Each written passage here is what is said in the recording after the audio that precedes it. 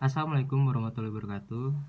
Kami dari kelompok 2 Project Based Learning Geografi ingin mempresentasikan hasil kerja kami.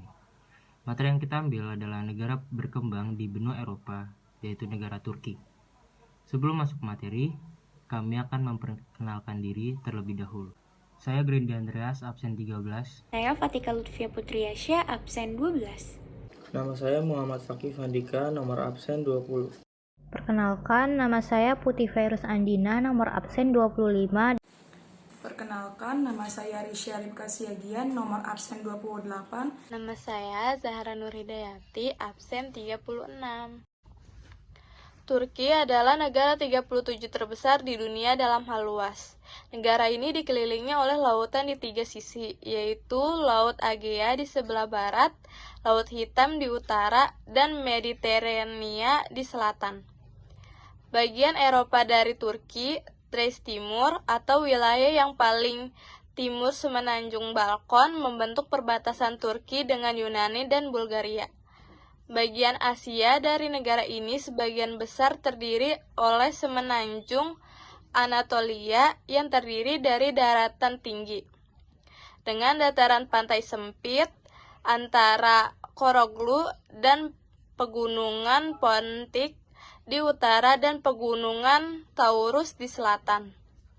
Turki Timur terletak di wilayah dataran tinggi barat Armenia, memiliki landscape berupa pegunungan dan merupakan hulu berbagai sungai seperti Sungai Efrat, Tigris, dan Aras. Terdapat pula Gunung Ararat, titik tertinggi di Turki dengan ketinggian 5.137 meter atau 16.854 kaki, dan Danau Van, danau terbesar di negara ini. Letak geografis Turki. Wilayah Turki memiliki panjang lebih dari 1.600 km dan 800 km luasnya dengan bentuk persegi panjang kasar. Turki terletak di antara 33 derajat sampai 43 derajat lintang utara dan 25 derajat sampai 45 derajat bujur timur. Turki menempati lahan seluas 783.562 km persegi. Negara Turki terbentang mulai dari semenanjung Anatolia di Asia Barat Daya hingga ke wilayah Balkan yang berada di Eropa Tenggara. Oleh karena itu, negara ini mendapatkan julukan sebagai negara transbenua. Hampir 97% wilayahnya berada di Asia, sedangkan wilayah lainnya yang terpisahkan oleh Selat Bosporus, Laut Marmara, dan Selat Dardanella berada di Eropa. Bagian utara, Laut Hitam, bagian timur laut, negara Georgia, bagian timur, negara Armenia, negara Azerbaijan, dan negara Iran. Bagian tenggara, negara Irak dan negara Suriah. Bagian selatan, Laut Mediterania. Bagian barat, negara Yunani dan Laut Aegae. Bagian barat laut, negara Bulgaria. Salah satu kota terbesar di Turki, yakni Istanbul, adalah satu-satunya kota di dunia. Konflik politik yang baru-baru ini terjadi di Turki adalah pada tanggal 18 Oktober 2021, 10 dubes memberikan pernyataan bersama untuk meminta Turki membebaskan Osman Kavala. 10 dubes itu ada negara Amerika Serikat, Kanada, Denmark, Prancis, Jerman, Belanda, Norwegia, Swedia, Finlandia, dan Selandia Baru. Ini saya akan menjelaskan mengenai konflik sosial pada negara Turki. Selama hampir 2 dekade masa jabatannya, Presiden Turki Recep Tayyip Erdogan menempatkan surat kabar dan sebagian stasiun TV di bawah kendali pemerintah, sehingga para politisi oposisi, aktivis, dan kritikus beralih menggunakan media sosial sebagai ranah publik yang bebas. Erdogan dan pemerintahannya sedang berusaha untuk dapat mengontrol mereka di internet, walaupun beberapa tahun terakhir pemerintahannya sudah membatasi media sosial. Pemerintah bersama dengan Direktorat Komunikasi Kepresidenan Turki dan regulator media RTUK sedang merencanakan pembentukan Direktorat Media Sosial untuk memerangi berita palsu, disinformasi, provokasi, dan menjatuhkan keadilan di jejaring sosial. Pelanggaran akan dihukum denda dan penahanan. Menurut sumber pemerintah, proposal undang-undang tersebut saat ini sedang disusun. Selanjutnya saya akan menjelaskan mengenai konflik lingkungan. Emin Erdogan yang mendampingi Presiden Recep Tayyip Erdogan selama sidak ke-74 Majelis Umum PBB menemui Inger Anderson di New York untuk membahas proyek nol sampah, serta kerjasama mereka antara Kementerian Lingkungan Hidup dan UNEP Turki. Menurut ibu negara Turki itu, mereka bertukar pandang soal pengurangan emisi karbon, perlindungan keanekaragaman hayati laut, polusi plastik dan udara, dan proyek nol sampah Turki yang dipeloporinya. Hubungan bilateral.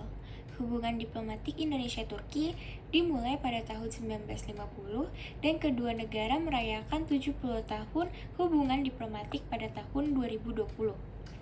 Meskipun hubungan diplomatik formal terbentuk pada tahun 1950, hubungan antara kedua negara sudah ada sejak abad ke-15 ketika Raden Patah menerima pengakuan dari Turki.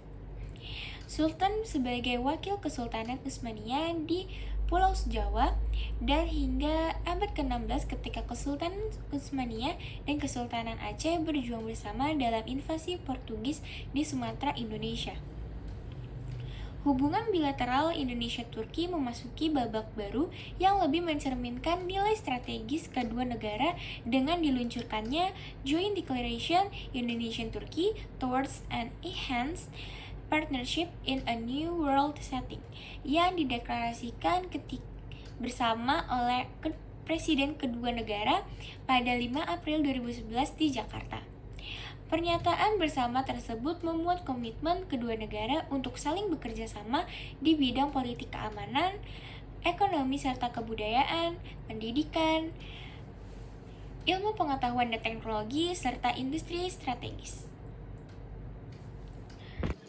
Kerjasama regional.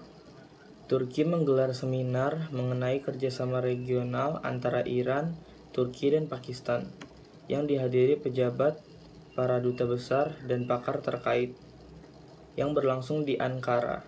Duta Besar Iran untuk Turki, Muhammad Farasman, dalam statementnya menyinggung besarnya potensi kerjasama antara Iran dan Turki serta Pakistan di bidang ekonomi, cadang sumber daya alam, serta keamanan dan pertahanan.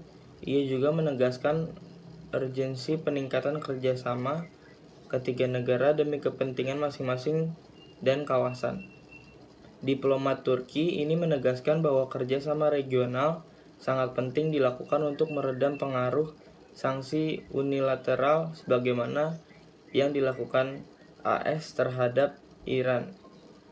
Iran, Turki, dan Pakistan juga disatukan oleh kepentingan mereka sebagai anggota Organisasi Kerjasama Ekonomi